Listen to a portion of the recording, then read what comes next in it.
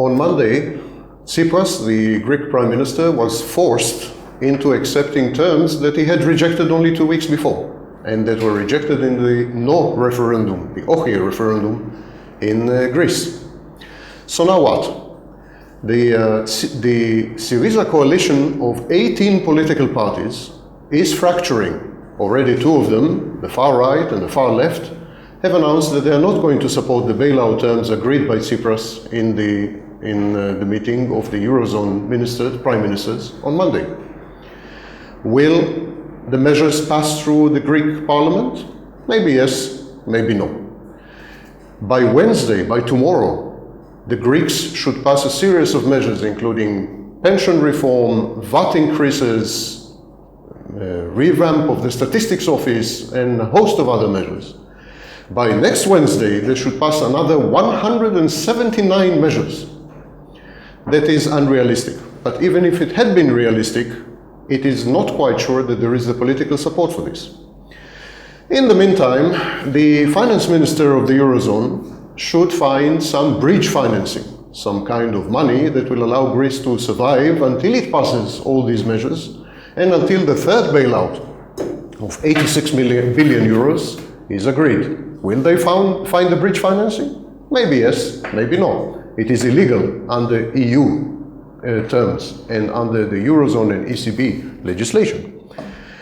And then there is the issue of parliaments, national parliaments. The German parliament should approve the measures, Estonian parliament should approve the measures, and another 6 parliaments. A total of 8 parliaments should vote within less than 3 weeks to approve a package of 180 measures and yet another 86 billion euros to go from the pockets of taxpayers in countries, some of which are much poorer than Greece. From these countries to the Greek endless barrel. Will these parliaments approve these measures? Maybe yes, maybe no. Everything is up in the air. At this stage, Greece is not leaving the euro. Will it leave the euro? Most of the economists in the world, including many Nobel Prize winners like Paul Krugman, believe they will. Most of the financial institutions in the world, like Credit Suisse, fully believe they will. And all the credit rating agencies in the world, Moody's, Standard & Poor's, all of them are saying that Greece ultimately will leave the euro. But one thing is for sure, it's not going to happen now. Is it going to happen later? Maybe yes, maybe no. What is sure? Maybe. So where are we? The thing is that Greece may have had a European past, but it is facing most definitely a sub-Saharan African future. Why? Greece is a hopeless case, economically, politically. Start with the fact that there is no Greek economy. Less than 13%, 13% of the GDP, the total economic output of Greece, is exports. Compare it to Germany, where close to 90% of GDP is involved in exports. Compare it to the United Kingdom, compare it to Italy, where 70% of GDP is exports. Greece does not export.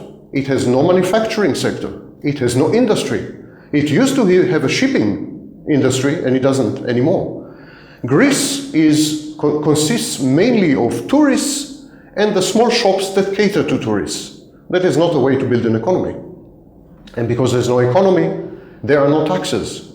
Greece collects 34% of its GDP in taxes compared to 38% the European average and 41% even in a country like Italy. The black economy in Greece is more than 25% of the total economy. That is not a way to run a country. And then because there's no taxes, there are huge budget deficits. The budget deficit in Greece until a year ago was minus 8% of GDP, sometimes minus 10%.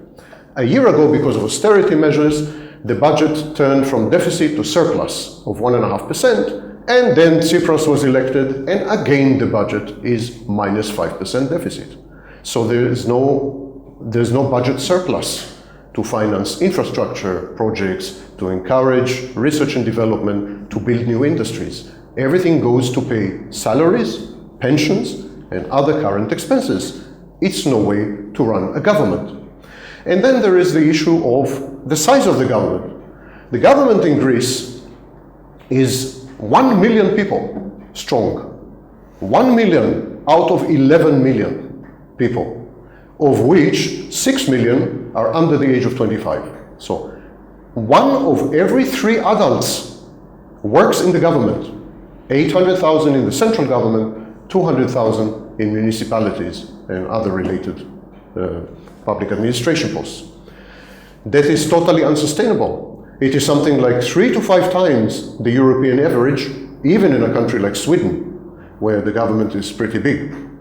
So put all of this together, and it seems that Greece has serious structural problems that cannot be resolved by any bailout or by any short-term measures.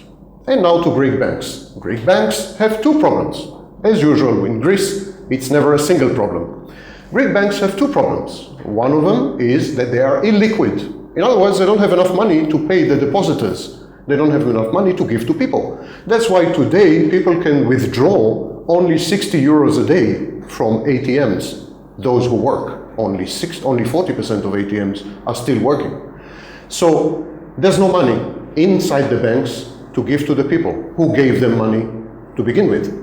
Consequently, 40 billion euros left Greece from February until today. We call this capital flight. If anyone is kidding himself that this money is coming back, they don't know Greeks and they don't know Greece.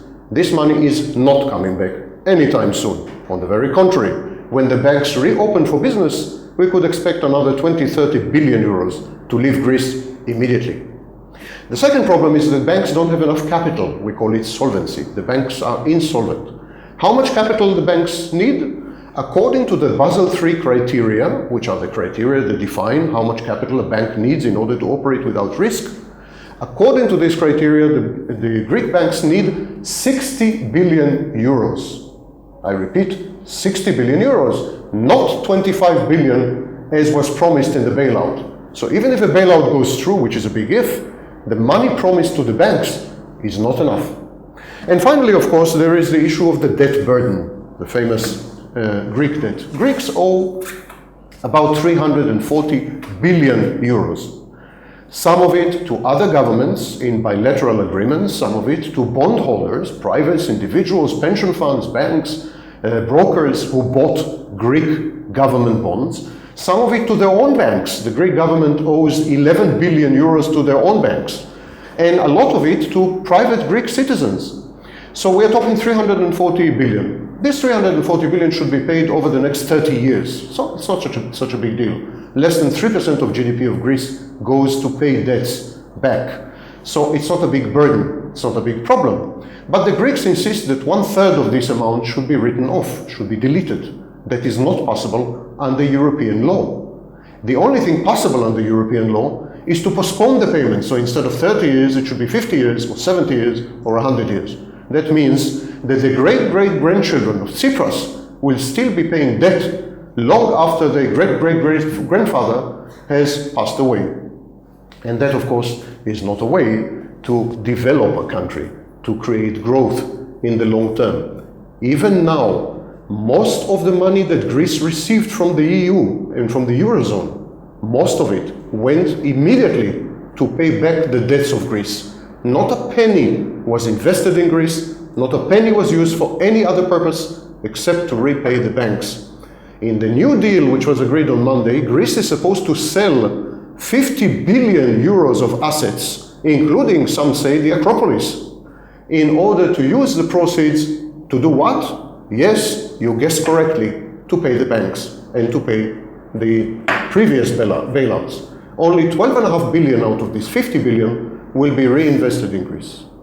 The situation is bad not because there is no money. The situation is bad not because there's no political decision. The situation is bad because Greece is not an economy. Greece is not structured properly. The only way for Greece forward, if it wants to survive as a functioning state, is to leave the Eurozone, thereby acquiring possibilities, monetary policies and fiscal policies, which are not available to it right now.